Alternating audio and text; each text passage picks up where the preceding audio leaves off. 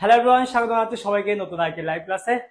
তো আজকে বেসিক্যালি আমরা হচ্ছে দশম অধ্যায় মুদ্রা ও ব্যাংক নিয়ে আলোচনা করব।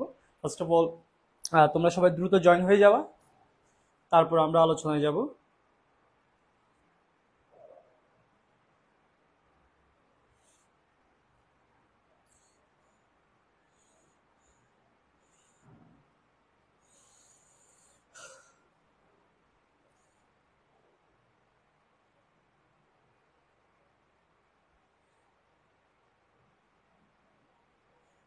ওকে, আমি দেখতে পাচ্ছি অনেকে যুক্ত হয়ে গেছো।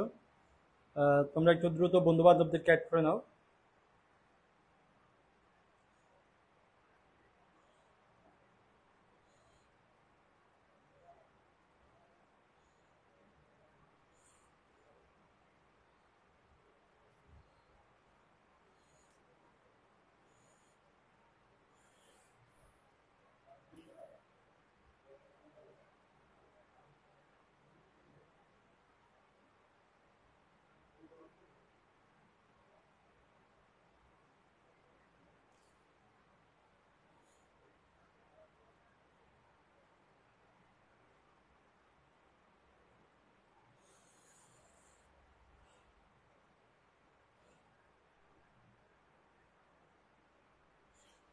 ওকে, আচ্ছা, দেখতে পাচ্ছ অনেকে যুক্ত হয়ে গেছো। ফার্স্ট অফ অল আমরা একটু বন্ধু বান্ধব যারা আসবে তাদেরকে একটু শেয়ার করে দিব, কারণ অনেকে হয়তো জানে না। ঠিক আছে, তো সবাইকে জানানোর জন্য আমরা কি করব, বন্ধুদেরকে একটু মেনশন করে দিব। একটু সময় নিচ্ছি, আমি একটু শেয়ার করে দিই।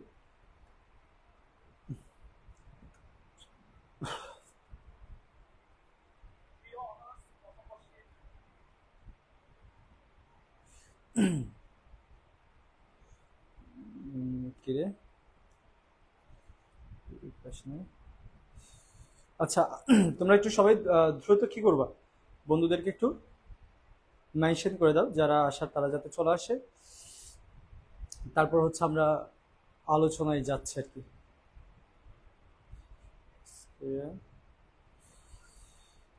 25। ওকে, আমি আমার সবগুলো গ্রুপে দিয়ে দিয়েছি, এবার তোমাদের পালা। তোমরা তোমাদের গ্রুপগুলোতে দিয়ে দাও।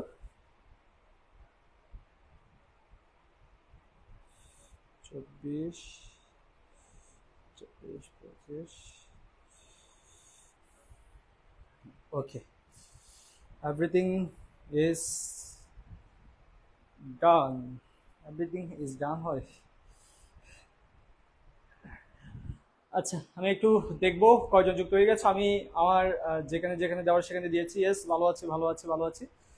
সবাই কি করবা বলো তো, দ্রুত বন্ধুদেরকে একটু মেনশন করে দিবা, কারণ ক্লাসগুলো তোমাদের জন্য, তোমাদের জন্যই আয়োজন।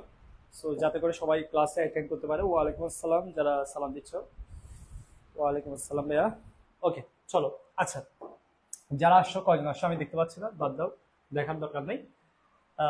বেসিক্যালি তোমাদেরকে কথা দেওয়ার কারণে, আসলে নবম দশম মধ্যে তোমাদেরকে আমি ফ্রিতে শেষ করাবো এরকম একটা কথা দেওয়ার কারণে ক্লাসগুলো দেওয়া। বইটা এখন কিনতে পারবে, হ্যাঁ, ইকো গ্যালারি বইটা এখন কিনতে পারবা, অ্যাভেলেবেল আছে। আর কয়েকদিনের মধ্যে শেষ হয়ে যাবে। বাট শুধু ফার্স্ট পেপারটা অ্যাভেলেবেল আছে, সেকেন্ড পেপার অ্যাভেলেবেল নাই। ঠিক আছে, অনেকে সেকেন্ড পেপারের জন্য বলতেছে, সেকেন্ড পেপার এখন অ্যাভেলেবেল নাই, only first paper available.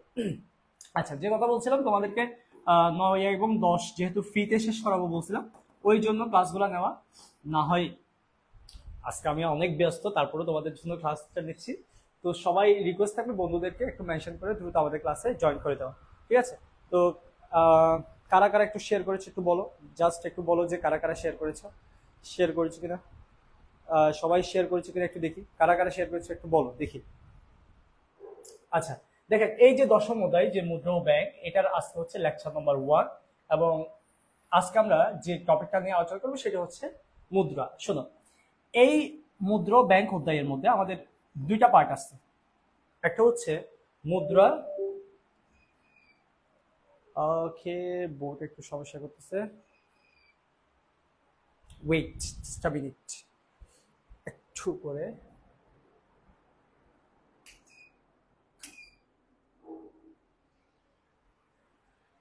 Okay, I hope দেখতে পাচ্ছ কারেন্ট চলে যাওয়ার কারণে সমস্যাটা হয়েছে, বুঝতে পারছো?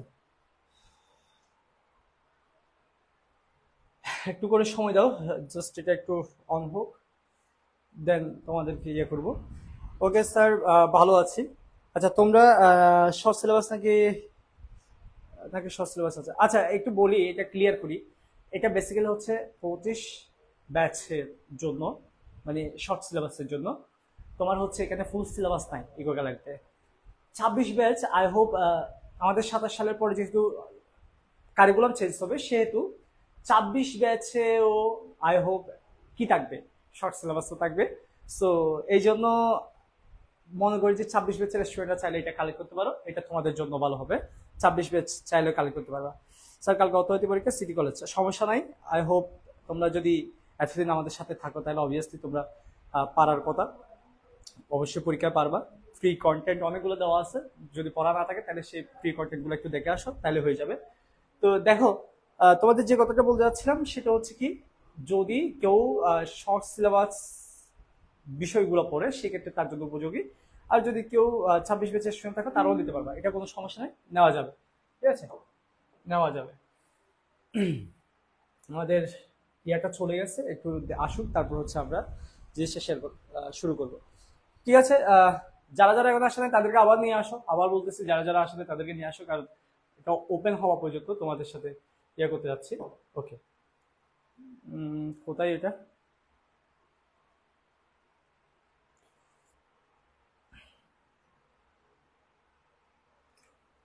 ওকে, আচ্ছা দেখো, এই যে মুদ্রা ব্যাংকের কথা বলছিলাম তোমাদেরকে, মুদ্রা ব্যাংকের এখানের মধ্যে তোমার দুইটা অংশ আছে। মুদ্রা ব্যাংকের কয়টা অংশ আছে সবাই একটু কমেন্টে লিখে ফেলো, দ্রুত কমেন্টে লিখে ফেলো, দ্রুত কমেন্টে লিখে ফেলো। মুদ্রা ব্যাংকের মধ্যে দুইটা অংশ আছে। দেখ কয়টা অংশ আছে? দুইটা অংশ আছে। একটা হচ্ছে মুদ্রার অংশ, যেটাকে আমরা বলি মানি, আর একটা হচ্ছে ব্যাংকের অংশ, যেটা হচ্ছে ইংরেজিতে বলা হয় ব্যাংক। ঠিক আছে, মুদ্রার অংশ থেকে আমাদেরকে কি কি পড়তে হবে? আসলে এই মুদ্রার অংশ থেকে আমাদেরকে কি কি পড়তে হয়, আমাদেরকে কি কি শিখতে হয়? দেখো মুদ্রার অংশ থেকে কি কি শিখতে হয়, দেখো প্রথম হচ্ছে একটা মুদ্রার ধারণা, মানে মুদ্রার বেসিক যেটাকে আমরা বলি। ঠিক আছে, এরপর শিখতে হয় মুদ্রার কার্যাবলী, মুদ্রার কার্যাবলী।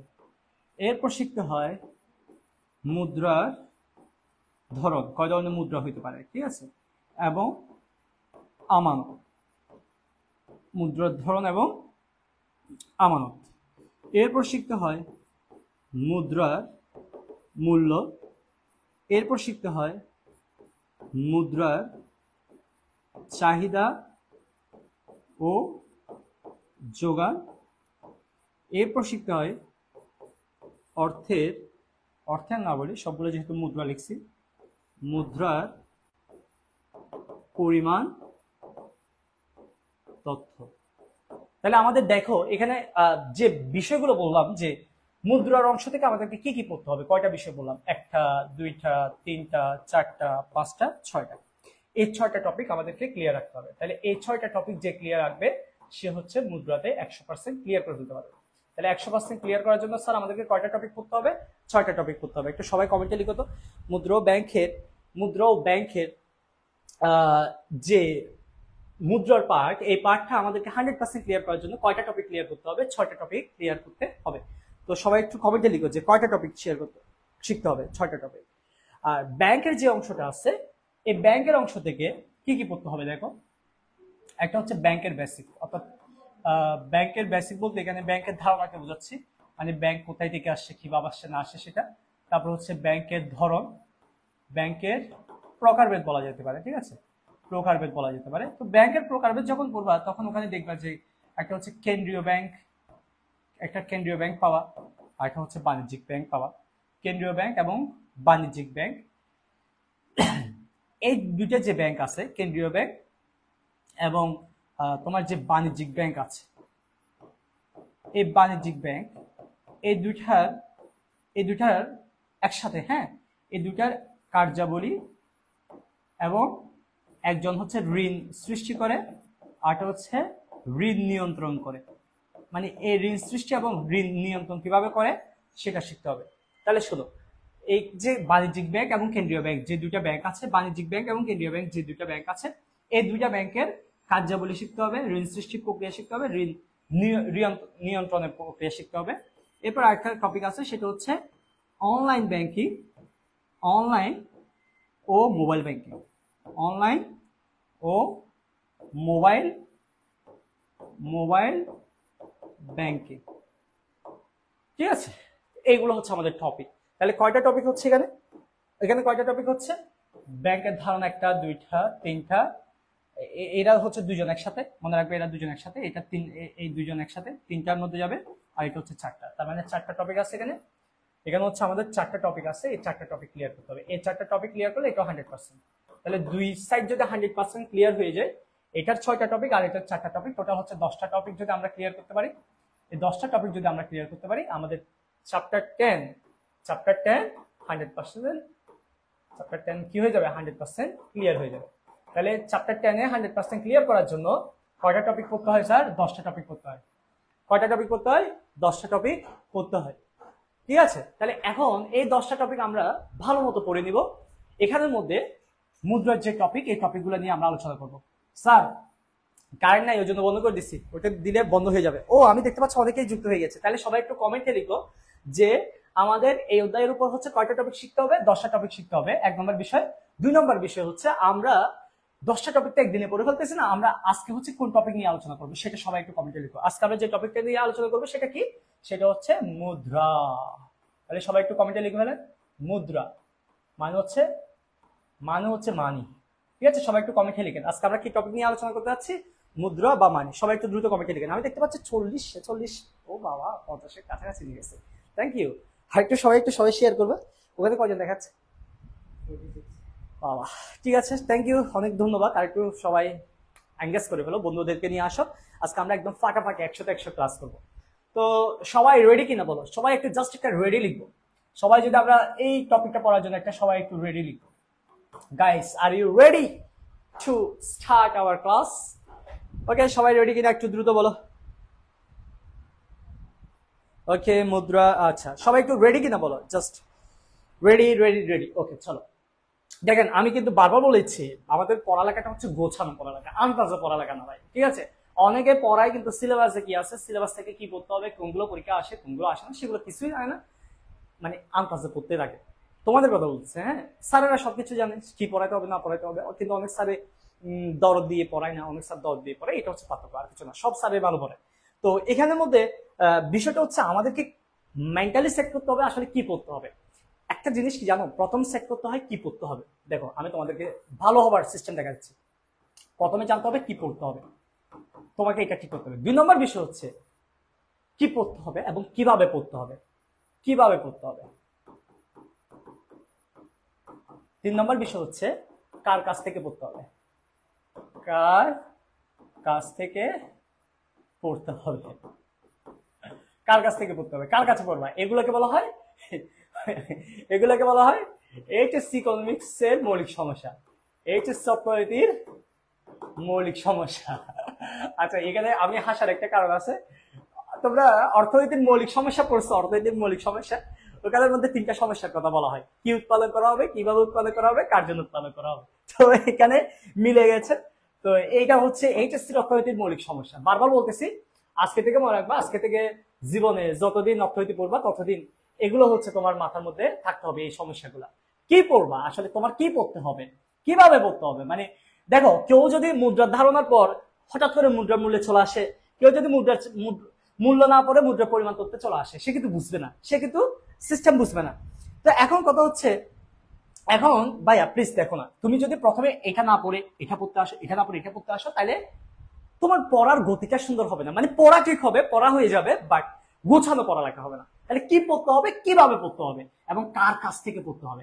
তুমি কি যেমন তেমন একটা ইউটিউবে তো অনেক কন্টেন্ট আছে, যার তার কাছ থেকে পড়বা, নাকি যারা গুছাইয়া পড়ে, পড়াইতে পারে, পড়াই এবং তার কাছ থেকে পড়বা, কোনটা তোমার কাছে ইম্পর্টেন্ট সেটা তুমি কি করবে, এটা আমাদের ঠিক করার বিষয় না। তাহলে কি পড়তে হবে, কিভাবে পড়তে হবে, কার পড়তে হবে। তাহলে এইচএসসি অর্থনীতির মৌলিক সমস্যা কয়টি স্যার? সবাই একটু কমেন্টে লিখেন তো, এইচএসসি অর্থনীতির মৌলিক সমস্যা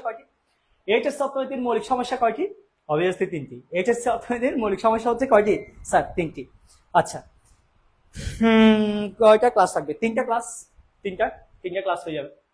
মুদ্রা, দেখো মুদ্রা নিয়ে আলোচনা শুরু করি। দেখো মুদ্রার ঘটনাটা কেন আসছে দেখো। আমরা যদি প্রাচীন কালের কথা বলি, হ্যাঁ, প্রাচীন কালে মানুষ যখন গুহা থেকে সভ্যতায় আসে তখন মানুষের প্রধান কাজ ছিল হচ্ছে কৃষিকাজ। তো কৃষিকাজের সময় দেখা যেত একটা পরিবার যে দ্রব্যগুলো উৎপাদন করতো, এই দ্রব্যগুলো সে ভোগ করার পর বাকি যেটা থাকতো সেটাকে আমরা বলতাম উদ্বৃত্ত।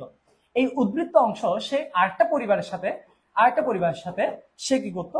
লেনদেন করতো। তাহলে দেখো এখানে আমরা দুইটা পরিবারের কথা বলছি, এটা আমরা একটা পরিবার কথা বলছি, আর এটা হচ্ছে পরিবার, এটা এ, এটা পরিবার হচ্ছে বি। তাহলে ও কি করতো? ওর দ্রব্য ভোগ করার পর বাকি যেটা থাকতো, উদ্বৃত্ত থাকতো, সে কি করতো? ওকে দিত। আর ও যে দ্রব্যটা উৎপাদন করতো সে সেটা ভোগ করার পর বাকি যেটা উদ্বৃত্ত থাকতো সে কি করতো?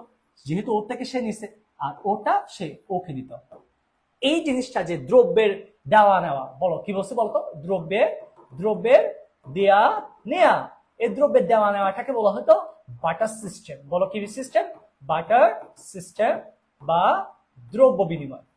বাটার সিস্টেম বা কি বলতো? দ্রব্য বিনিময়। তাহলে একটু সবাই বলতো প্রাচীনকালে মানুষে কি করতো?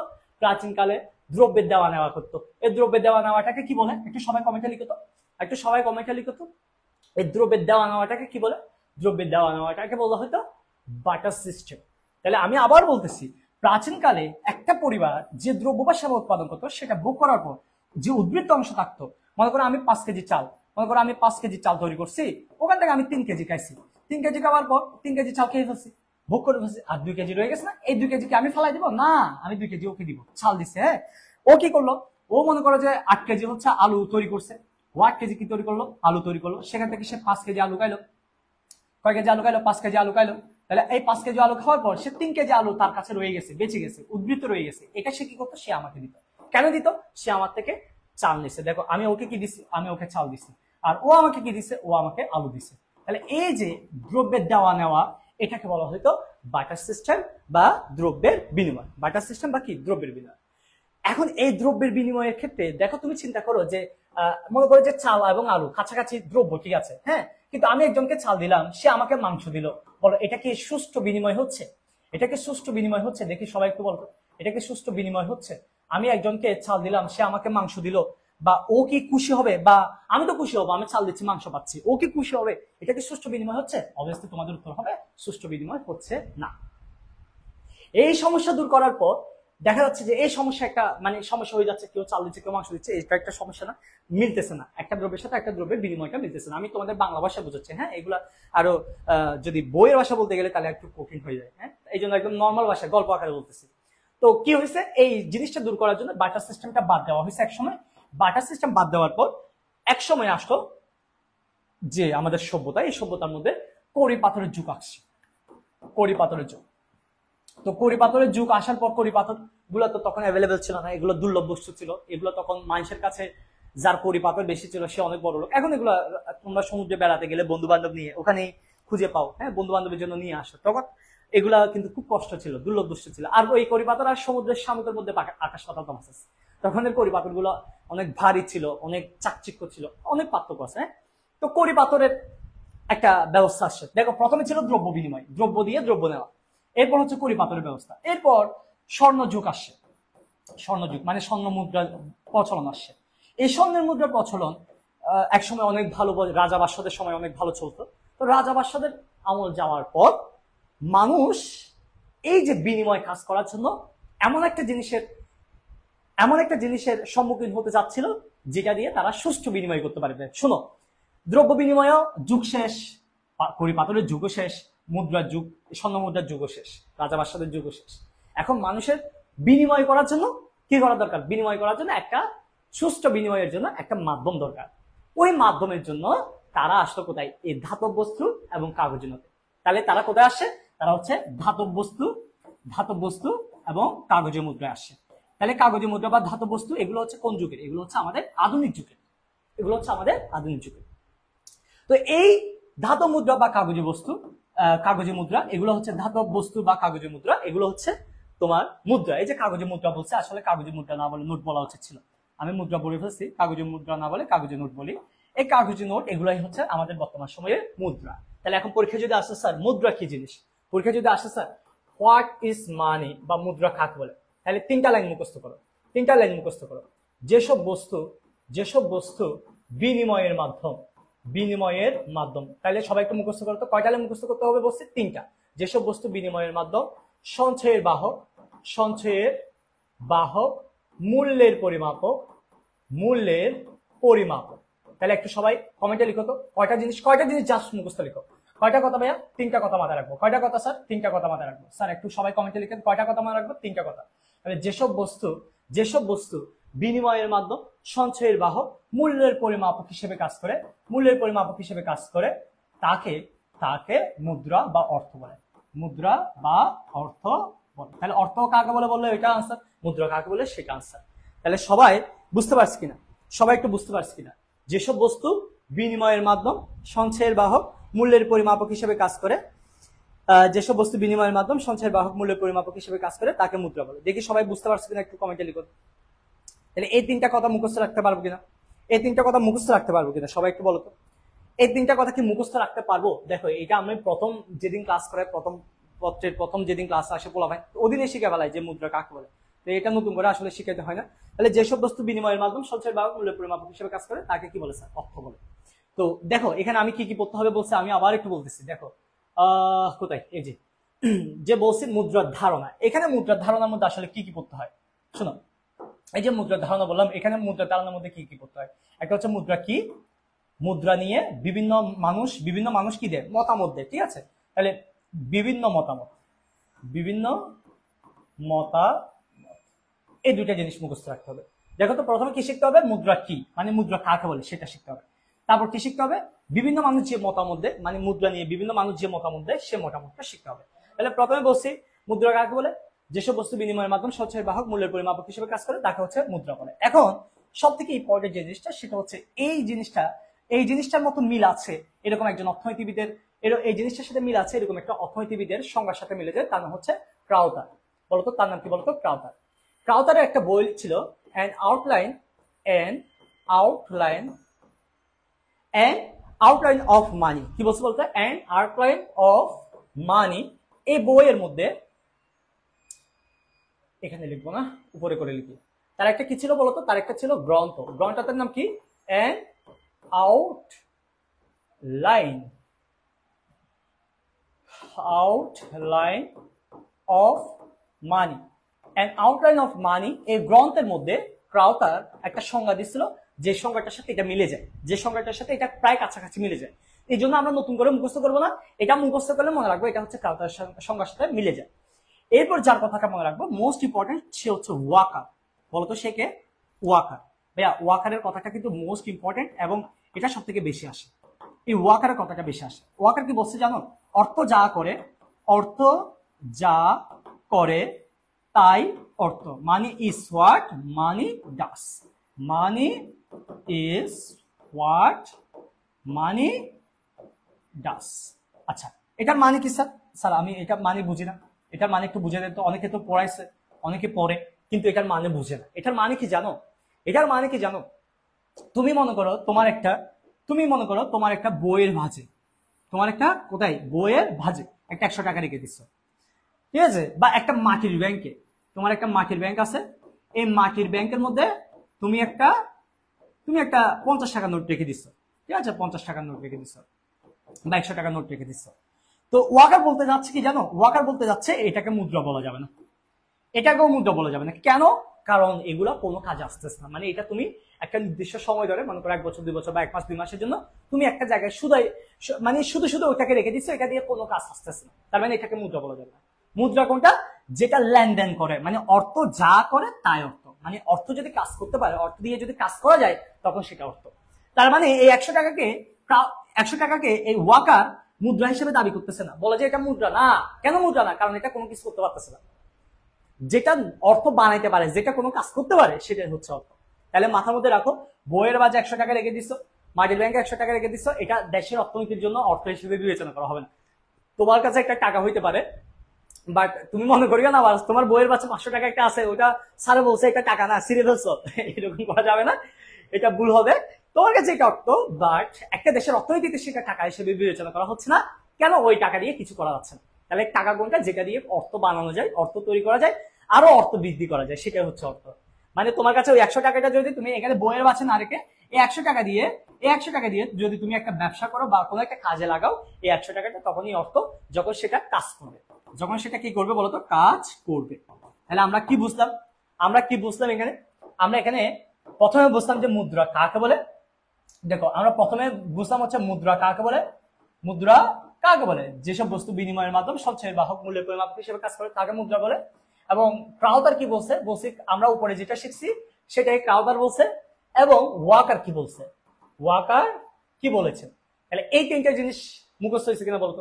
এই তিনটা জিনিস মুখস্থ হয়েছে কিনা বলতো? এই তিনটা জিনিস মুখস্থ হলে 3 ক্লিয়ার লিখো সবাই। একটু এই জিনিসটা মুখস্থ হলে 3 ক্লিয়ার লিখো তো দেখে। মুখস্থ হলে একটু 3 ক্লিয়ার লিখো সবাই। Okay, money is what money does. ঠিক আছে, এবার সবাই একটু মুখস্থ হলে একটু 3 ক্লিয়ার লিখো সবাই। একটু 3 ক্লিয়ার লিখো। ওকে, 3 ক্লিয়ার লেখা শুরু করে দিয়েছে। সাবাস সাবাস। এবার মজার বিষয়, সব থেকে ইম্পর্টেন্ট একটা লাইন দেখো, সব থেকে ইম্পর্টেন্ট একটা লাইন, মোস্ট ইম্পর্টেন্ট কথা। আমি ক্লাসে বলি স্টুডেন্টদেরকে, মোস্ট ইম্পর্টেন্ট কথা, মোস্ট ইম্পর্টেন্ট কথা। এই যে আমরা মুদ্রা বলি, বাংলাদেশের যে মুদ্রা প্রচলন, বাংলাদেশের বাংলাদেশের সর্বপ্রথম মুদ্রার প্রচলন হয়। সর্বপ্রথম মুদ্রার প্রচলন হয়, ঠিক আছে? বলতো কত তারিখ? 5 মার্চ 1972। 5 মার্চ 1972। দেখো, এই জিনিসটা এমসিকিউতে আসে। বাংলাদেশের প্রথম মুদ্রা চালু হয়েছিল কত সালে? 5 মার্চ 1972। এখন প্রশ্ন করতে পারো, স্যার আমরা তো 1971 সালে স্বাধীন হয়েছিলাম। আমরা 1971 সালে স্বাধীন হয়েছি, তাহলে এতদিন কি করছিলাম? এতদিন আমরা আমাদের পাকিস্তানি রুপির ব্যবহার ছিল। এরপর বাংলাদেশে যে সরকারি গ্যাজেট, সেই গ্যাজেটের মাধ্যমে 5 মার্চ 1972 সালে আমরা কি করছিলাম? এই টাকা, যেটা আমরা টাকা বলি, রুপি বাদ দিয়ে আমরা টাকাতে শিফট করছি। হ্যাঁ, টাকার সাথে আমাদের সম্পর্ক তৈরি করছি। কত সাল থেকে স্যার? 5 মার্চ 1972 থেকে। 5 মার্চ 1972 থেকে। তাহলে আমি যে কথাটা বলতে যাচ্ছিলাম, তাহলে এখানে আমরা এক্সট্রা আরেকটা জিনিস শিখছি যে বাংলাদেশে প্রথম মুদ্রা কখন আসে, বাংলাদেশে প্রথম মুদ্রা প্রচলন কখন হয়েছে, সেই জিনিসটা আমরা এখানে শিখলাম। তাহলে এখানে আমরা 4টা বিষয় শিখে ফেলছি, নট 3, দ্যাটস 4। আমরা 4টা বিষয় ক্লিয়ার করছি। তাহলে এই 4টা বিষয় আমরা মাথার মধ্যে রাখবো মুদ্রার এই যে বেসিক পার্টের জন্য, মুদ্রার ধারণার জন্য। এতটুকু ক্লিয়ার সবাই? এতটুকু ক্লিয়ার হলে 1 ক্লিয়ার লিখো সবাই। এতটুকু ক্লিয়ার হলে সবাই একটু 1 ক্লিয়ার লিখো। 1972 সালে 5 মার্চ। গুড, 5 মার্চ 1972 সালে। বই পড়ে ফেলছে অনেকে। মোস্ট ইম্পর্টেন্ট কথা, বাংলাদেশের সর্বপ্রথম। হ্যাঁ, গুড নাদিয়া। আচ্ছা, অল ক্লিয়ার। ওকে, 1 ক্লিয়ার। ঠিক আছে, এবার আসো মুদ্রার কাজ বলে। মুদ্রার কাজ কি আসলে? দেখো, আমরা এখানে অলরেডি বলে ফেলছি যে মুদ্রাটা হচ্ছে আমাদের বিনিময়ের মাধ্যম টাধ্যম, এরকম কিছু কথাবার্তা বলে ফেলছি। তবে এটাকে সুন্দর করে একটা কি বলা যেতে পারে, একটা সুন্দর করে নাম দেওয়া যেতে পারে। তখন সেটাকে আমরা কি বলবো সেটা একটু দেখি। আচ্ছা চলো, এখন আমরা একটু দেখি যে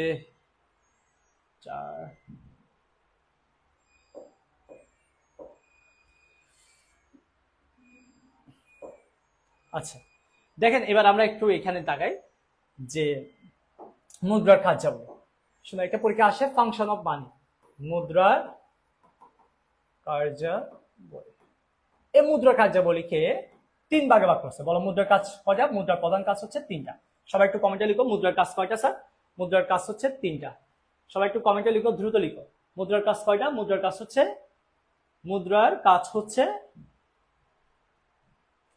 3টা। সবাই একটু কমেন্টে লিখো, মুদ্রার কাজ কয়টা স্যার? মুদ্রার কাজ হচ্ছে 3টা। তার মানে মুদ্রার প্রধান কার্যাবলী হচ্ছে 3টা। তো প্রধান কার্যাবলীগুলো আমরা একটু যদি লিখি। আজকে বোর্ডটা একটু ল্যাগ করতেছে। কেন ল্যাগ করতেছে জানো? ওই যে নেটওয়ার্কে কারেন্টের দিশা পড়ছে। আচ্ছা, মুদ্রার কার্যাবলীর মধ্যে একটা কাজ হচ্ছে বাণিজ্যিক কার্যাবলী। বাণিজ্যিক, বানান একটু সুন্দর লিখি। বাণিজ্যিক কার্যাবলী। এবং আরেকটা কাজ হচ্ছে সামাজিক কার্যাবলী। আরেকটা কাজ হচ্ছে মনস্তাত্ত্বিক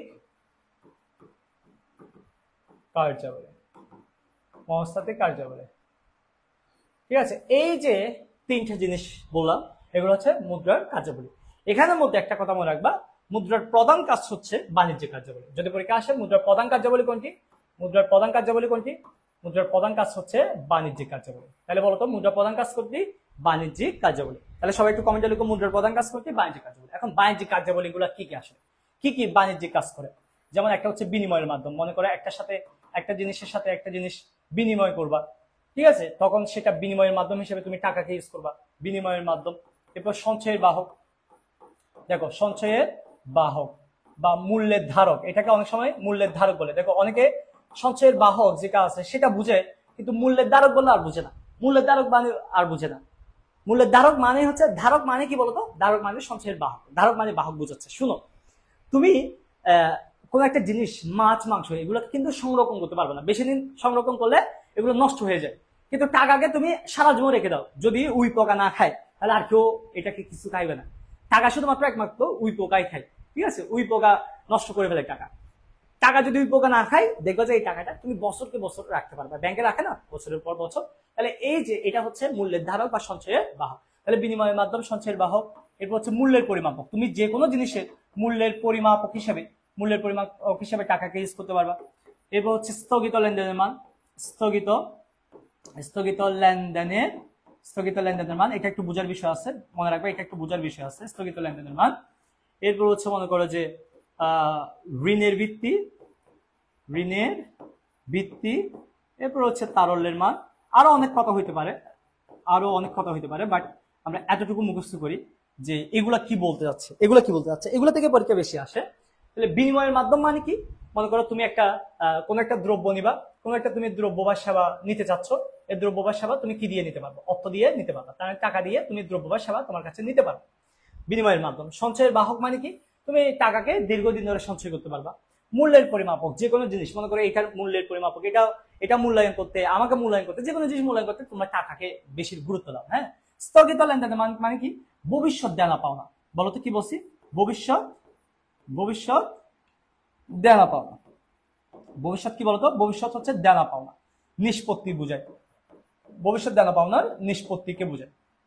তাহলে স্থগিত লেনদেনের মান বলতে ভবিষ্যৎ দেনা পাওনার নিষ্পত্তিকে বোঝায়। তুমি কারো থেকে টাকা পাওয়া বা তোমার থেকে কেউ টাকা পাবে, ওই যে দেনা পাওনা, তুমি কারো থেকে টাকা পাওয়া বা কেউ তোমার থেকে টাকা পাবে, এই যে লেনদেনটা শেষ করবা, এটা কিস দিয়ে শেষ করবা? টাকা দিয়ে শেষ করবা। এরপর ঋণের ভিত্তি, মানুষ মানুষের কাছ থেকে ঋণ নেয়, টাকাই তো ঋণ নেয়, নাকি অন্য কিছু ঋণ নেয়? অন্য কিছু ঋণ নেয়। তারল্যের মান, মনে রাখবা যে অর্থ হলো সবচেয়ে গুরুত্বপূর্ণ তরল সম্পদ।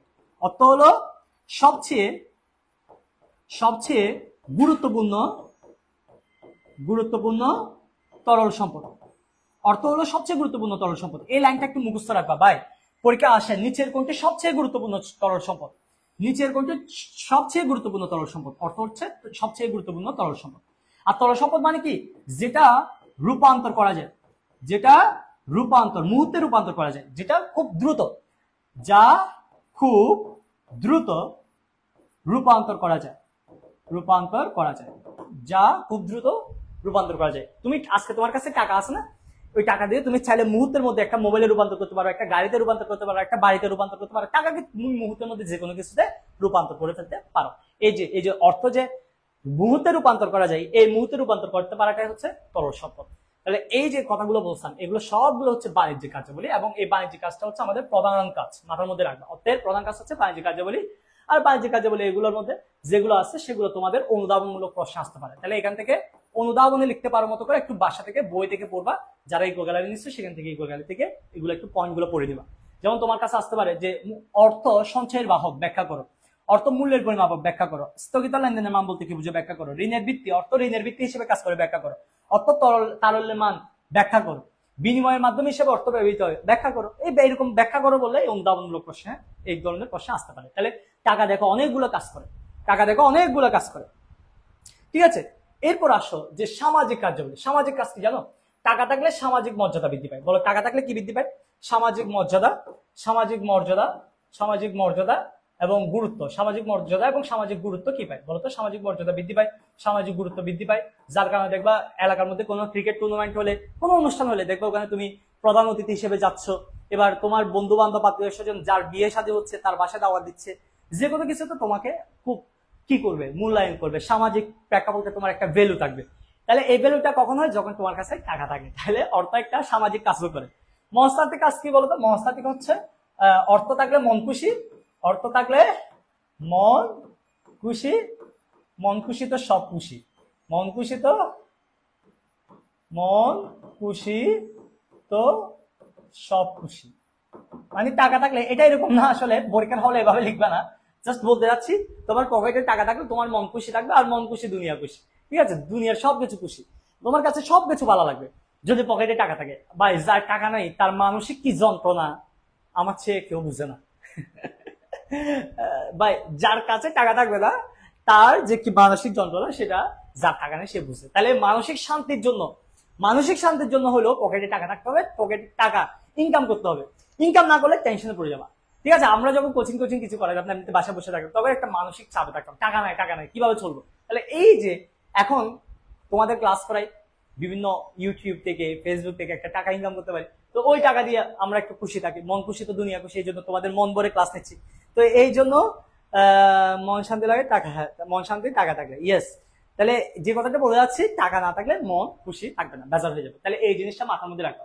তাহলে এতক্ষণ যে বলছি যে অর্থের বাণিজ্যিক কার্যাবলী, সামাজিক কার্যাবলী, মনস্তাত্ত্বিক কার্যাবলী, এটা ক্লিয়ার কিনা? এটা ক্লিয়ার হলে একটু ক্লিয়ারলি করতো সবাই। ভাইয়া এটা ক্লিয়ার হলে সবাই একটু ক্লিয়ারলি করতো, এটা ক্লিয়ার হলে সবাই একটু ক্লিয়ারলি করতো।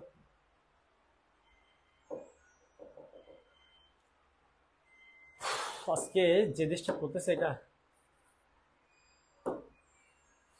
ওকে এতটুকু ক্লিয়ার কিনা? এতটুকু ক্লিয়ার হলে সবাই একটু ক্লিয়ারলি করতো, এতটুকু ক্লিয়ার হলে সবাই একটু ক্লিয়ারলি করতো। অর্থের কার্যাবলী ক্লিয়ার কিনা সবার? Okay clear. আজকে টাকাও নাই বউ নাই, ইয়েস। টাকা না থাকলে বউ নাই, ইয়েস ইয়েস। পাহাড় অসীম বলছে ইয়েস। তারপর হচ্ছে সবাই ক্লিয়ার বলতেছে, গুড। আচ্ছা চলো, তাহলে আমরা বুঝে গেলাম যে টাকা থাকলে মন খুশি, মন টাকা না থাকলে মন খুশি না। যার টাকা আছে তার 2-3টা গার্লফ্রেন্ড আছে, যার টাকা নেই তার থেকে কোনো গার্লফ্রেন্ড তো নেই। তোরাও এই বক্তব্য কিনা? আচ্ছা যাই হোক, এবার শোন, গার্লফ্রেন্ড লাগবে না, টাকা পয়সা পরের বিষয়। আগে কি করতে হবে? ভালো মতো পড়ালেখা করে একটা ভালো রেজাল্ট করতে হবে, ভালো জায়গায় যেতে পারলে দেখবি যে কত আসবে কত যাবে। ঠিক আছে, তো ওই জায়গায় যাচ্ছি না, ওই জায়গায় একদিন ইন্সপায়ার করবো যে ওদেরকে। এবার মুদ্রার ধরন, যে মুদ্রাটা আসলে কয় ধরনের হতে পারে বা মুদ্রাটা কিরকম কিরকম হতে পারে। দেখ মুদ্রার ধরনটা আমি তোদেরকে বলি, এক এক স্যার এক এক ভাবে পড়ায়, বাট আমি মনে করি কি জানোস, আমি মনে করি হচ্ছে গিয়ে তোদের জন্য এই মুদ্রার ধরনের টপিকটা মোস্ট ইম্পর্টেন্ট একটা টপিক। ঠিক আছে, ওকে ইটস। দেখো মুদ্রার ধরনটা একটু খেয়াল করো, ভালো করে শোনো। মুদ্রার ধরন, এই মুদ্রার ধরনের মধ্যে মুদ্রা হচ্ছে বেসিক্যালি দুই ধরনের হয়। বলো মুদ্রা কয় ধরনের হয়? সবাই একটু কমেন্টে লিখেন। মুদ্রাটা হচ্ছে দুই ধরনের হয়, বেসিক্যালি দুই ধরনের হয়। একটা হচ্ছে তোমার মূলে কল আসছে শুধু, একটা হচ্ছে বিহিত মুদ্রা, একটা হচ্ছে বৃহিত মুদ্রা, আর একটা হচ্ছে ঐচ্ছিক মুদ্রা। ঐচ্ছিক মুদ্রা অথবা এটার আরেক নাম হচ্ছে প্রায় মুদ্রা। তাহলে মুদ্রাটা কয় ধরনের স্যার? মুদ্রাটা হচ্ছে দুই ধরনের, একটা হচ্ছে বিহিত মুদ্রা, একটা হচ্ছে ঐচ্ছিক বা প্রায় মুদ্রা। তাহলে একটু সবাই বলো তো কয় ধরনের? দুই ধরনের। আচ্ছা, তাহলে বিহিত মুদ্রা এবং ঐচ্ছিক মুদ্রা এই দুইটা জিনিসের যে কথাটা বলতেছিলাম, বিহিত মুদ্রা কোনটা দেখো, বিহিত মুদ্রা মানে হচ্ছে তোমাদেরকে একদম যদি বাংলা ভাষায় বলি, আমরা আমাদের দৈনন্দিন জীবনে যে টাকাটা ইউজ করি সেটাই হচ্ছে বিহিত মুদ্রা। দেখি বলতো কি বলছি? আমরা আমাদের দৈনন্দিন জীবনে যে টাকাটা ইউজ করি সেটাই হচ্ছে বিহিত মুদ্রা। তবে এটাকে যদি আমরা একটু সুন্দরভাবে, আমরা যদি একটা সুন্দরভাবে এটাকে নাম দিতে চাই, তখন কি বলবো আসলে? তখন হচ্ছে বলবো সরকার তার আইনের মাধ্যমে যে, কি বলছো দেরি হয়ে গেছে, সমস্যা নেই, দেরি হয়ে গেছে, আমরা একটু আগে ক্লাস শুরু করছি, বেশিক্ষণ পড়ায় নাই, সো প্যারা নাই। তাহলে শুনো, যে সরকার আইনের মাধ্যমে যে মুদ্রা চালু করে, একটু মুখস্থ করো তো। সরকার আইনের মাধ্যমে, আইনের মাধ্যমে যে মুদ্রা চালু করে, সরকার আইনের মাধ্যমে যে মুদ্রা চালু করে তাকে কি বলেছে? তাকে হচ্ছে, তাকে বিহিত মুদ্রা, বিহিত মুদ্রা বলে। তার মানে সরকার তার আইনের মাধ্যমে যে মুদ্রাটা চালু করবে সেটা হচ্ছে বিহিত মুদ্রা। সরকার যে আইনের মাধ্যমে, তাহলে এখন আমাদের দেশের সরকার আইনের মাধ্যমে কত টাকার মুদ্রা চালু করছে দেখো, 1 টাকা, 2 টাকা, 5 টাকা, এগুলো হচ্ছে কয়েন, এগুলো হচ্ছে কয়েন। তারপর আবার 5 টাকার নোট, 10 টাকার নোট, 20 টাকার নোট, 50 টাকার নোট, তারপর হচ্ছে 100 টাকার নোট, 200, 500, 1000, এগুলো হচ্ছে কাগজি নোট। ঠিক আছে, এগুলো হচ্ছে কাগজি নোট, এগুলো হচ্ছে সরকার আমাদের আইনের মাধ্যমে তৈরি করছে। তাহলে এগুলো সবগুলো হচ্ছে আমাদের জন্য বিহিত মুদ্রা, এগুলো সবগুলো আমাদের জন্য কি বলতো বিহিত মুদ্রা। তাহলে সরকার আইনের মাধ্যমে যে টাকাগুলো ছাপাইছে সেটা হচ্ছে বিহিত মুদ্রা। এখন এই বিহিত মুদ্রা আবার দুই প্রকার, বলতো এই বিহিত মুদ্রা আবার কয় প্রকার? এই বিহিত মুদ্রা হচ্ছে দুই প্রকার।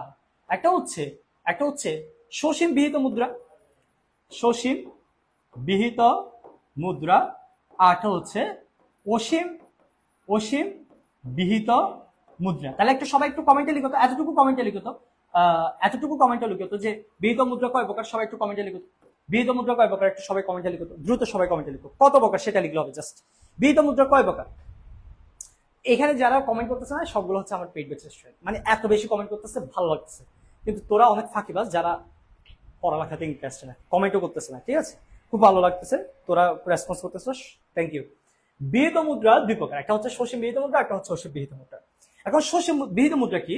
যে মুদ্রা দিয়ে যে কোনো প্রকার লেনদেন করা যায় না, মানে যে মুদ্রা দিয়ে, মনে রাখবা, যে মুদ্রা দিয়ে সকল প্রকার লেনদেন করা যায় না, সকল প্রকার লেনদেন করা যায় না, যে মুদ্রা দিয়ে সকল প্রকার লেনদেন করা যায় না সেটা হচ্ছে সসীম বিহিত মুদ্রা। আর যে লেনদেন দিয়ে, যে মুদ্রা দিয়ে সকল প্রকার লেনদেন করা যায়, সকল প্রকার কি করা যায়? লেনদেন করা যায়, তাকে আমরা বলি, দেখো তাকে আমরা বলি অসীম বিহিত মুদ্রা। তাহলে যে মুদ্রা দিয়ে সকল প্রকার লেনদেন করা যায় না সেটা হচ্ছে সসীম, আর যেটা দিয়ে লেনদেন করা যায় সেটা হচ্ছে অসীম। এখানে দেখো এই 1 টাকা 2 টাকা 5 টাকার কয়েন, এই কয়েনগুলো দিয়ে চাইলে তুমি সবগুলা লেনদেন করতে পারবে না, কয়েনগুলো দিয়ে সবগুলা লেনদেন করতে পারবে না। এই জন্য সসীম বিহিত মুদ্রা বলতে মনে রাখবা, সসীম বিহিত মুদ্রা বলতে কয়েনকে বোঝায়। সসীম বিহিত মুদ্রা বলতে কি বোঝায় বলতো? কয়েনকে বোঝায়। সসীম বিহিত মুদ্রা বলতে কি বোঝায়? কয়েনকে বোঝায়। আর অসীম বিহিত মুদ্রা বলতে মনে রাখবা, অসীম বিহিত মুদ্রা বলতে কাগজি নোটকে বোঝায়, কাগজি নোটকে বোঝায়। তাহলে মনে রাখবা, সসীম বিহিত মুদ্রা মানে কয়েন, অসীম বিহিত মুদ্রা মানে কাগজি নোট। সসীম বিহিত মুদ্রা মানে কয়েন, অসীম বিহিত মুদ্রা মানে কাগজি নোট। মনে থাকবে? তাহলে একটু সবাই কমেন্টে লিখো তো, সসীম বিহিত মুদ্রা মানে কি? কয়েন। অসীম বিহিত মুদ্রা মানে কি? কাগজি নোট। সবাই একটু লিখো, সসীম কয়েন, অসীম নোট। সসীম কয়েন, অসীম নোট। সবাই একটু কমেন্টে লিখো। সসীম হচ্ছে কয়েন, সসীম হচ্ছে কি বলতো? কয়েন। সসীম কয়েন, অসীম নোট। একটু সবাই লিখো তো, সসীম কয়েন, অসীম নোট। সবাই একটু কমেন্টে লিখো, সসীম কয়েন, অসীম নোট। দ্রুত লিখেন তো সবাই, সসীম কয়েন, অসীম নোট, সসীম কয়েন, অসীম নোট। ঠিক আছে? সসীম কয়েন, পয়সা সসীম, অসীম কাগজ। ওকে, একটা দুটো ওকে, গুড। সসীম কয়েন, অসীম নোট, গুড। এবার তাহলে আমরা মনে রাখবো যে সসীম বিহিত মুদ্রা মানে হচ্ছে 1 টাকা 2 টাকা 5 টাকার, এগুলো হচ্ছে কয়েন, এগুলোর কয়েন হচ্ছে সসীম। আর মনে করো যে নোটগুলো আছে 5 টাকা 10 টাকার, এগুলো যে নোটগুলো আছে এগুলো সবগুলো হচ্ছে অসীম। যত প্রকার নোট আছে, যত প্রকার নোট আছে সেটা হচ্ছে অসীম। মাথার মধ্যে রাখবা। আচ্ছা, এখন শুনো, এখন ঐচ্ছিক মুদ্রা কোনটা? ঐচ্ছিক মুদ্রা কোনটা? যে মুদ্রাটা হচ্ছে, শুনো, যে মুদ্রাটা হচ্ছে, একটু মাথার মধ্যে রাখবা, যে মুদ্রা সরকার আইনের মাধ্যমে তৈরি করে বা ব্যাংকের মাধ্যমে তৈরি করে, কিন্তু মুদ্রা নয়, আসলে মুদ্রা নয়, কিন্তু মুদ্রার মতো কাজ করতে পারে। তাহলে কি বলছি? মুদ্রা না হয়েও মুদ্রার মতো। আচ্ছা, এখানে একটু সামনে যদি আমরা একটা কথা আনতাম তাহলে আর একটু ভালো হইতো, যে যেসব ধাতব বস্তু বা যেসব মুদ্রা না হয়েও, যেসব মুদ্রা, একটা কথা আনলে ভালো হইতো। ঠিক আছে? এখানে একটা কথা আনো, যেসব মুদ্রা না হয়েও মুদ্রার মতো কাজ করতে পারে। যেসব মুদ্রা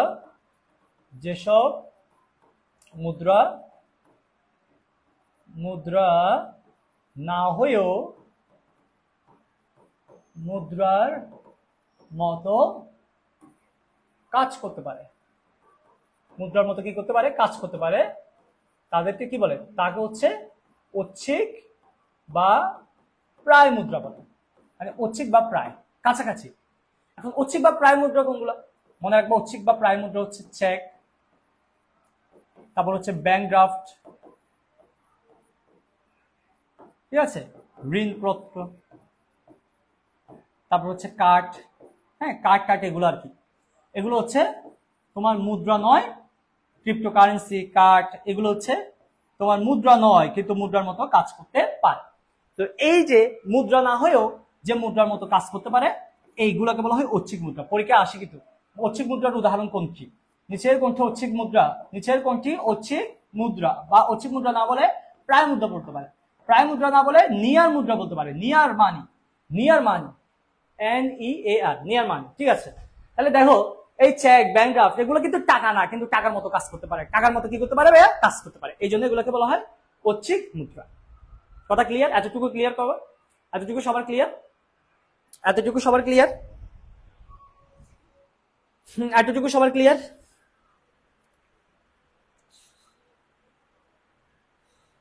ওকে, আচ্ছা এখানে একটা ভুল করলে হবে না, শুনো, তোমরা যদি বলো যে স্যার 2 টাকার নোট কি, 2 টাকার নোট কি কাগজে অসীম বিহিত মুদ্রা হবে? এখানে কিন্তু 2 টাকার নোট হবে না, মনে রাখবা 5 টাকা থেকে শুরু, 5 টাকা থেকে 1000 টাকার যেগুলো নোট আছে সেগুলাই। ঠিক আছে, অনেকে বলতে পারো যে স্যার 2 টাকার নোট, আপনি তো বলছেন সকল প্রকার নোট, সকল প্রকার নোট অসীম বিহিত মুদ্রা হবে, কিন্তু 2 টাকার নোট মনে রাখবা 2 টাকার নোট হবে না, 2 টাকার নোট কখনো কি হবে না? অসীম হবে না, অসীম বিহিত মুদ্রা হবে না, 2 টাকার নোট অসীম বিহিত মুদ্রা হবে না। সকল প্রকার নোট তো অসীম বলছি, কিন্তু 2 টাকার নোট হবে না। ঠিক আছে, 2 টাকার নোটটা হচ্ছে এখানে, 5 টাকার নোটটা আবার অসীম, 5 টাকার নোটটা অসীম কিন্তু 2 টাকার নোটটা হবে না। আমাদের দেশে 1 টাকার নোটটা এখন ব্যবহার কমে গেছে। এতটুকু ক্লিয়ার সবার? এতটুকু ক্লিয়ার হলে, এতটুকু ক্লিয়ার হলে সবার আলহামদুলিল্লাহ বসি। ওকে ওকে ওকে, 3 ক্লিয়ার লিখো তো সবাই, তাহলে সবাই একটু 3 ক্লিয়ার লিখি তো, একটু সবাই একটু 3 ক্লিয়ার লিখি, তাহলে এতটুকু বুঝতে পারলে 3 ক্লিয়ার লিখো। আচ্ছা 3 হাফ ক্লিয়ার, এখন আমানত বাকি আছে, যারাও আমানতটা একটু দেখে আসি, আমানতটা একটু দেখে আসি, চলো আমানতটা একটু দেখে আসি। আচ্ছা আমানতটা দেখানোর জন্য আমরা কি করব দেখো, চলো ওকে, এটা হচ্ছে আমাদের ইয়া। এটা দেখানোর আগে তোমাদেরকে একটু নোট নিয়ে আরেকটা কথা বলি, নোট নিয়ে যে কথাটা একটু বলতে হবে আমাদের থেকে, নোট নিয়ে একটা ধারণা আছে, শুনো নোট নিয়ে একটা কথা আছে, সেই জিনিস একটু বলি। এই যে নোট কথা বলছে না, এই নোটটা হচ্ছে 2 প্রকার। এই নোটটা কয় প্রকার বলতো? 2 প্রকার। একটা হচ্ছে সরকারি নোট, একটা হচ্ছে সরকারি নোট, আর একটা হচ্ছে ব্যাংক নোট। বলতো নোট কয় প্রকার? সবাই একটু কমেন্টে লিখো তো, নোট কয় প্রকার? সবাই একটু কমেন্টে লিখো তো। 2 প্রকার, একটা হচ্ছে সরকারি নোট, আর একটা কি ব্যাংক নোট। সরকারি নোট কোনটা? যেগুলোতে, যে নোটে অর্থ সচিবের সাইন থাকে, অর্থ সচিবের স্বাক্ষর থাকে, অর্থ সচিবের স্বাক্ষর থাকে, সেটা হচ্ছে সরকারি নোট। আর যে তোমার হচ্ছে কি, যে নোটের মধ্যে গভর্নরের স্থান থাকে, গভর্নরের স্থান থাকে, তোমার হচ্ছে গভর্নরের স্বাক্ষর থাকে, সেটা হচ্ছে ব্যাংক নোট। তাহলে কিভাবে চিনবা স্যার? কিভাবে চিনবা? যদি দেখো অর্থ সচিবের সাইন আছে তাহলে সরকারি নোট, ব্যাংক গভর্নরের সাইন থাকলে সেটা হচ্ছে ব্যাংক নোট। এখন স্যার আপনি একটা উদাহরণ দেন না, কেমনে বুঝবো? তুমি তোমার কাছে টাকা থাকলে সেটাতে দেখো, যেগুলো আগে 1 টাকা ছিল, ওই 1 টাকা 2 টাকা এবং 5 টাকা, এই 5 টাকার নোট এগুলোকে বলা হয় সরকারি নোট। এগুলোতে দেখো অর্থ সচিবের সাইন। কিন্তু 10 টাকা, 20 টাকা, 50 টাকা, 100 টাকা, 200 টাকা, তোমার হচ্ছে 1000, 500 টাকা, 1000 টাকা, এগুলোতে হচ্ছে দেখো, এগুলোতে দেখো, এগুলোতে অর্থ সচিবের সাইন নয়, বরং গভর্নরের সাইন আছে। তাহলে গভর্নরের সাইন থাকলে, হচ্ছে সেটা হচ্ছে গভর্নরের সাইন থাকলে সেটা হচ্ছে ব্যাংক নোট, অর্থ সচিবের সাইন থাকলে সেটা হচ্ছে সরকারি নোট। তাহলে এই জিনিসটা একটু ক্লিয়ার কেন বলতো? এই জিনিসটা থেকে একটা এমসিকিউ পাইতে পারো, এই জিনিসটা থেকে একটা এমসিকিউ পেতে পারো। এটা বেসিক, এটা হচ্ছে বিসিএস, তোমার হচ্ছে ভর্তি পরীক্ষায় এই ধরনের প্রশ্নগুলো আসে। তাহলে যে নোটের মধ্যে অর্থ সচিবের স্বাক্ষর থাকে সেটা হচ্ছে সরকারি নোট, আর যেখানে গভর্নরের সাইন থাকে সেটা হচ্ছে ব্যাংক নোট। 1 টাকা, 2 টাকা, 5 টাকা নোট হচ্ছে সরকারি নোট, আর এটা হচ্ছে তোমার কি নোট? Bank note. এতটুকু ক্লিয়ার? এটা ক্লিয়ার সবার? এই নোট ক্লিয়ার? নোট ক্লিয়ার সবার? সবার কি নোট ক্লিয়ার হয়েছে? নোট ক্লিয়ার হলে এবার আমরা আমানতে যাব। নোট ক্লিয়ার সবার? Okay, note clear. Okay clear sir, thank you. এবার আসো আমানতে যাচ্ছে। নোট যদি ক্লিয়ার হয় আমরা কোথায় যাবো বলতো? আমানতে যাবো। চলো আমানত। আমানত মানে কি জানো? আমানত মানে হচ্ছে ডিপোজিট। ডিপোজিট, আচ্ছা ডিপোজিট মানে কি বলতো? ডিপোজিট মানে বাংলা হচ্ছে জমা, জমা রাখা। ডিপোজিট মানে কি বলতো? বাংলা হচ্ছে জমা রাখা। তাহলে এখন শুনো, এখন যদি তোমাকে বলে যে আমানত কাকে বলে, তখন তুমি বলবা ব্যাংকে টাকা জমা রাখাকে, ব্যাংকে টাকা জমা রাখাকে আমানত বলে। বলো তো কি বলছি? ব্যাংকে টাকা জমা রাখাকে আমানত বলে। ব্যাংকে টাকা জমা রাখাকে আমানত বলে। ব্যাংকে টাকা জমা রাখাকে কি বলে? আমানত বলে। মজার বিষয় কি দেখো, এখানে আমি কিছু মানুষ আঁকতেছি। মানুষ বলতে এরা হচ্ছে জনগণ। এই জনগণ কোথায় টাকা রাখে বলতো? এই জনগণ একটা এরকম একটা প্রতিষ্ঠানে টাকা রাখে। এটা জিয়াল মনে করিও না, এটা হচ্ছে একটা ব্যাংক। এই ব্যাংকে টাকা রাখে, ঠিক আছে? ব্যাংকের কাজ হচ্ছে জনগণের টাকাটা, মানে জনগণের যে সঞ্চিত তথ্য সেটা আমানত হিসেবে তার কাছে জমা রাখা, এবং সেই টাকা সে আটজন, কোন একজন মানুষকে, কোন একজন ব্যক্তি বা একাধিক ব্যক্তি অথবা কোন একটা প্রতিষ্ঠানকে সেই টাকাটা আবার সে ধার দেয়। শুনো, জনগণ কি করে? টাকাটা জমা রাখে। আর ও কি করে? টাকাটা ধার অথবা ঋণ দেয়। তারা অথবা কি দেয়? ঋণ দেয়। তো এই জন্য দেখো, তুমি তোমার মনে করো তোমার কাছে কিছু টাকা পয়সা আছে, মনে করো এগুলো তোমার কাছে টাকা। এই টাকাগুলো তুমি কি করছো? ওর কাছে জমা দিছো। ব্যাংকের কাছে টাকাটা আসছে, ব্যাংকের কাছে টাকাটা আসছে। এখন এই টাকা সে কি করবে? এই টাকা সে আরেকজনকে দিয়ে দিবে। মানে ও আরেকজনকে জমা দিচ্ছে, ও কি করছে? সেও আরেকজনকে জমা দিচ্ছে। তাহলে টাকাটা দেখো এক জায়গা থেকে অন্য জায়গায় জমা হচ্ছে। তো এই জমার ক্ষেত্রে এই জন্য বলা হয় আমানতটা দুইভাবে সৃষ্টি হয়। বলো তো কি বলছি?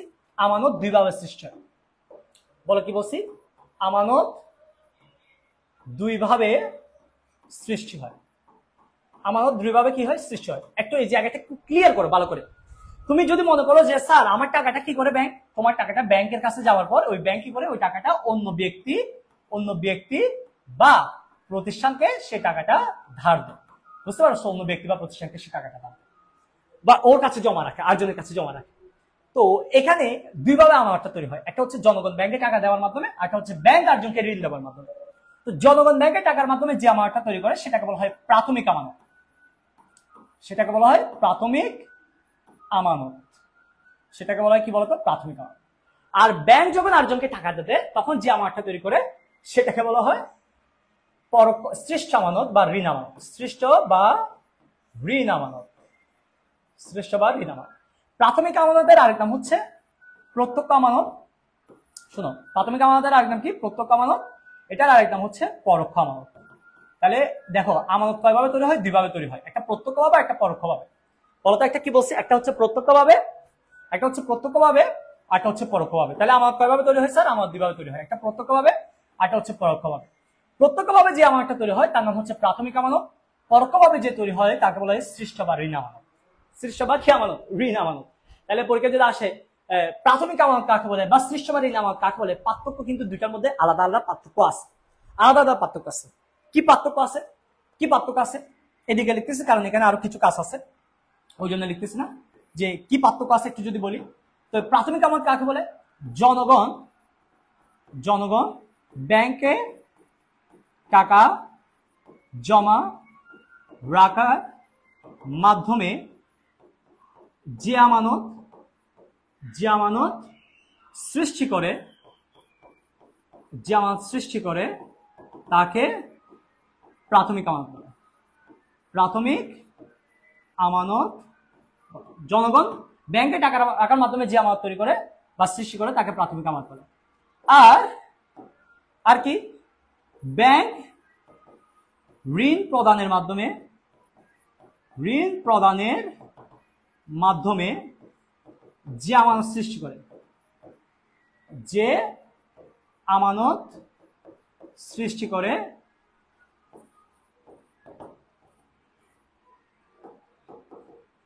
কি করে স্যার? যে আমানত সৃষ্টি করে তাকে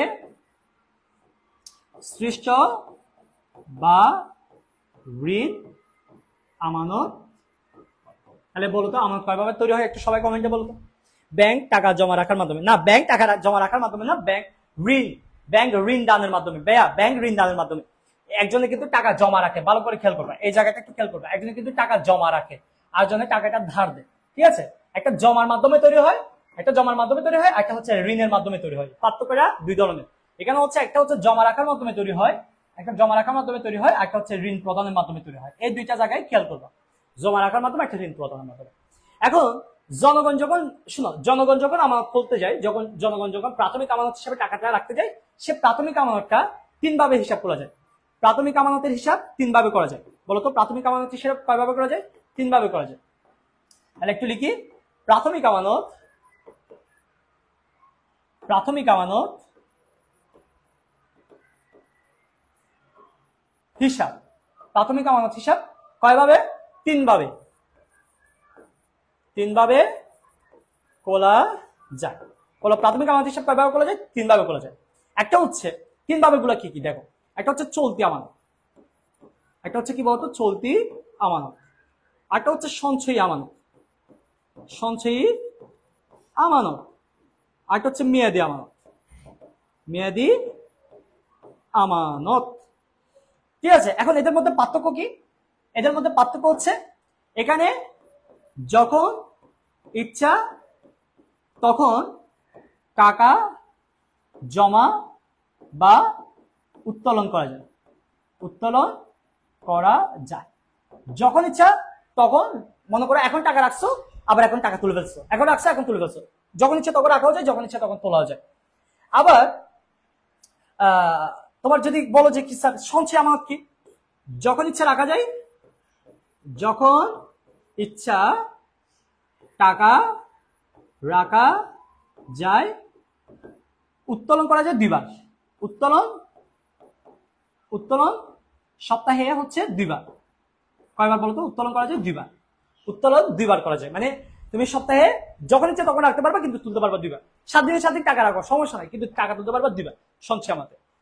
মেয়াদি আমানতে একবারে টাকা রাখে, একবারে টাকা জমা, একবার উত্তোলন, একবারে উত্তোলন, মানে তুমি একবারে টাকা রাখবা, একবারে টাকাটা তুলে ফেলবা, সেটা হচ্ছে মেয়াদি আমানত। মেয়াদি আমানতের আরেক নাম হচ্ছে স্থায়ী আমানত। বলতো মেয়াদি আমানতের আরেক নাম কি বলছি? মেয়াদি আমানতের আরেক নাম হচ্ছে স্থায়ী আমানত। মনে রাখবা, মেয়াদি আমানতের আরেক নাম হচ্ছে স্থায়ী আমানত। মেয়াদি আমানতের আরেক নাম হচ্ছে স্থায়ী আমানত। মনে রাখবা যে চলতি আমানতে সুদ হয় না, চলতি আমানতে কোনো সুদ হয় না।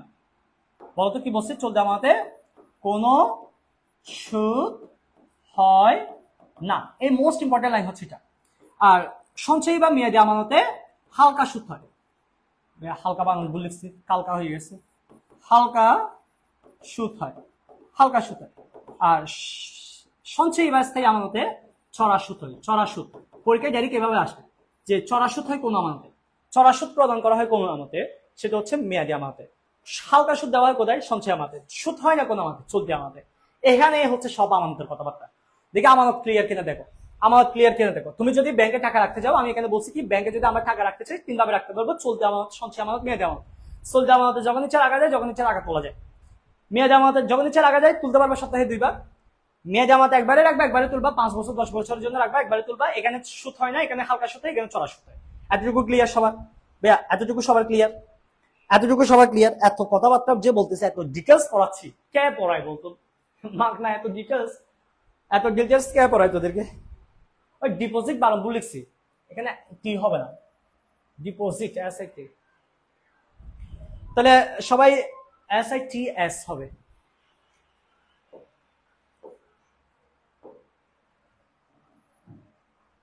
S I deposits. আচ্ছা, এতটুকু ক্লিয়ার সবার? এতটুকু ক্লিয়ার? জি স্যার বসছি, জয় স্যার পড়াই, ইয়েস। কিন্তু ফলাফাইন ক্লাসে নাই, জয় স্যার পড়াই ঠিক আছে, কিন্তু পড়ালেখা করার মতো মানুষের। তাহলে 1 1 2 3, 1 2 3 ক্লিয়ার। সবাই যদি এই তিনটা জিনিস ক্লিয়ার হয় তাহলে সবাই লিখো 1 2 3 ক্লিয়ার। সবাই একটু লিখো তো 1 2 3 ক্লিয়ার, লিখো তো।